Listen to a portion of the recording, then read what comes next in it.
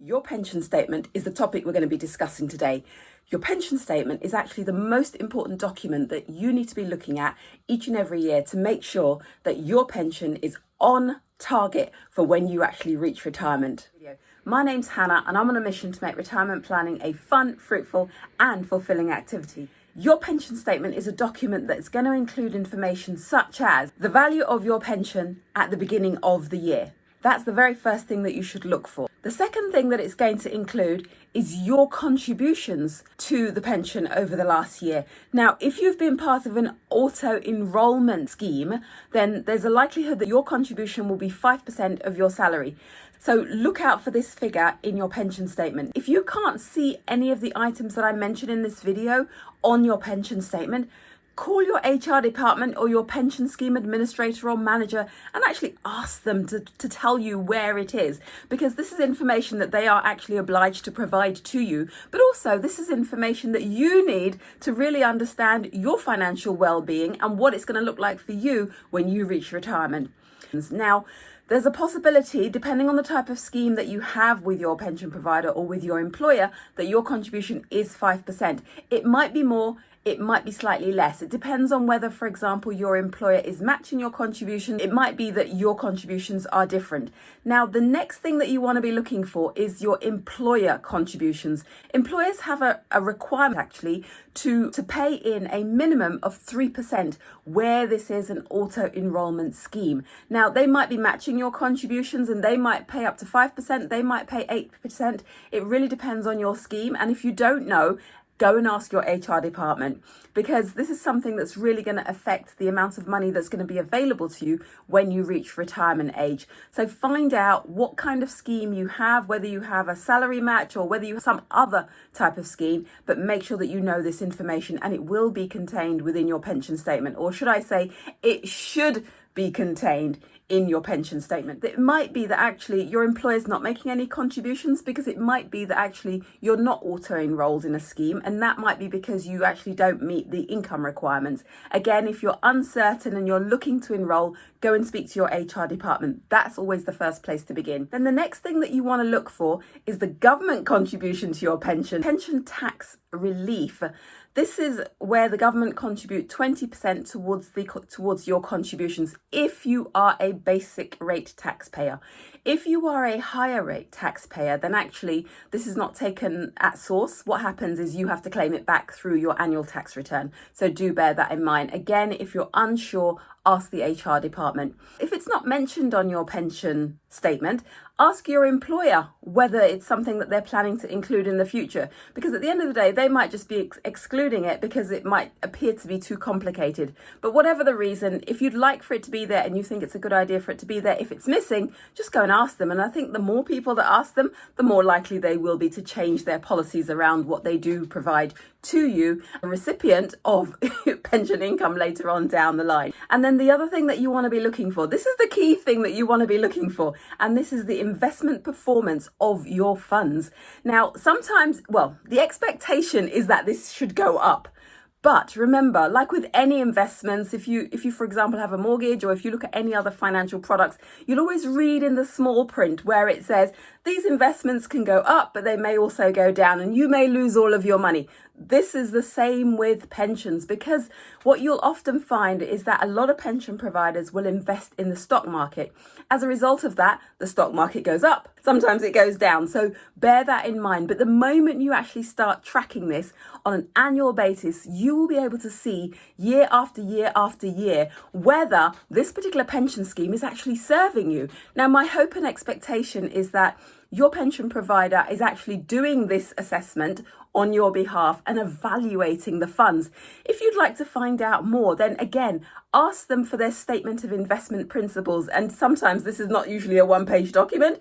It might be several pages that you'll have to actually take it away, read it, digest it, come back with any questions. But it's always good to know, because once you know, you can then make better decisions about your financial well-being, about your financial future. And that ultimately is going to determine how much you have available to spend or to invest later on down the line. Next thing that you want to be looking for on your pension statement is costs and charges. Now, this might not actually be disclosed on your pension statement. If it's not, and you're interested in finding out what it is, ask them. For example, I looked at one of mine recently and it wasn't on there, and I was like, I wonder why they've not included that. But I'm wondering, so I've contacted them, I've emailed them, so that really I'm expecting an email response back from them explaining to me why they haven't included that, because I think there might be an obligation. I could be wrong, but again, if you think that it would be useful to know what that is, ask them, because the more people that ask, the more likely they will be to change their policies about what they actually display to you. Now, it might be that actually your employer covers all of the costs and all of the fees. So again, that might be a reason why it's not included in your pension statement. And then what you're also looking for in your pension statement is the end of year balance. This is going to be the most important figure that you're going to be looking at year on year on year, in the anticipation that it is actually going up. But again, it may not. Do keep this in mind. This amount, for example, when I looked at one of mine recently, and you might think, well, how come yours is going down, Hannah? Well, it's because, like I said, if you've watched one of my previous videos, you'll know that I'm on a journey to really trying to find out a little bit more about pensions that I've had with previous employers. And through this journey, I discovered that actually it'd be a really good idea to create a YouTube channel to help other people as well, because I can't be alone in trying to understand my pensions. And oftentimes some people say it's confusing, some people say it's boring, some people say it's so far off that they don't actually start thinking about it. And I've come to realize that I should really have started earlier. But anyway, we are where we are, and based on where we are, this is what I'm finding out, and this is why I'm sharing it with you. So I hope you're finding it useful, and if you are, then I'd love to see your comments down below, please, in terms of what you're actually doing to really discover what is in your pension pot, whether you've had one employer or multiple employers. This is a really good time to start, and you don't have to wait until your 40s or your 50s. Now remember, if you've not downloaded the retirement logbook from retirementlogbook.com, now's your chance to go and grab the link, get it, and use that as a template for actually adding all of this information to your own records. This is not a document that you're going to share with me or share with anybody else unless you choose to, but this is a document that you can literally have control of by yourself. It's not created by government. You can literally go grab a copy of mine. Alternatively, feel free to create your own. The key thing that I want to share here is that it's really important for you to start taking charge of your financial future. Now, what else do you want to be looking for in your pension statement? If you've transferred funds in from a previous employment, then you want to be looking for that figure in the pension statement as well. If you haven't, then obviously it won't be there. And then another key thing that you want to be looking for is how much money you are likely to receive when this pension reaches maturity. Now, your employer should, I would imagine, well, I guess it depends, but they should offer you some options in terms of if you retire and start taking your pension at age 55, which is absolutely today, it's the minimum age at which you can actually take your pension. Now, if you start taking your pension at age 55, now do bear in mind that depending on when you watch this video, this age is actually going up in a few years' time. So bear that in mind depending on when you watch this video. But anyway, regardless, if you're taking your pension at the youngest possible age, which is age 55, then it'll be good to know what that might look like. Now, with company pension schemes that I've come across, there usually are at least three choices, and they are: number one, you can normally take 25% completely tax-free, which is prescribed under the government rules for taking pensions, and you can just literally take this and do whatever you want with it. Now, if you decide to take this, please be careful, because once you've taken it, it's gone. And if you spend it frivolously, if you don't invest it, then obviously you can't get that money back because you've taken it and that's it. But then any remaining money that you have in your pension pot will be taxed at whatever your tax rate is. So bear that in mind if you decide to go with option one and just take your 25% and then leave the rest and take it in a different way.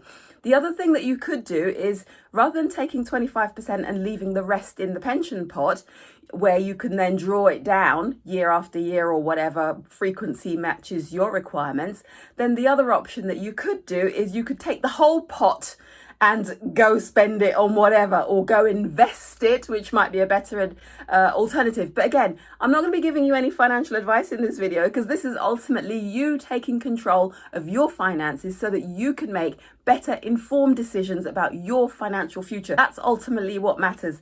So I hope you found this video useful. As I said, it's part of the series in making retirement planning fun, fruitful and fulfilling at any age. You don't have to wait until you're in your 30s, 40s or 50s. Literally, as soon as you start working is the time when you need to really start thinking about what plans you have for retirement. And if you don't have any retirement funds and you're in your 20s, then it's an opportunity for you to and you're working. What I would say is, if you've just started working and your employer is offering you a pension scheme, go for it, because in the time that you're going to spend researching other options, you may as well make the most of the opportunity that your employer provides to you. That's just my 2 pennies worth on this. But again, take your own advice, do your own research, make sure that you're happy with the decisions that you make for your financial future. What specific actions you are going to do as a result of taking time out to watch this video today. But I hope you found it useful. And if so, let me know, like, comment, share and subscribe. And I'll look forward to seeing you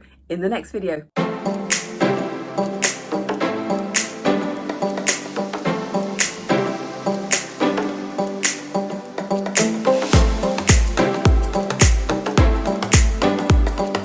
Bye for now.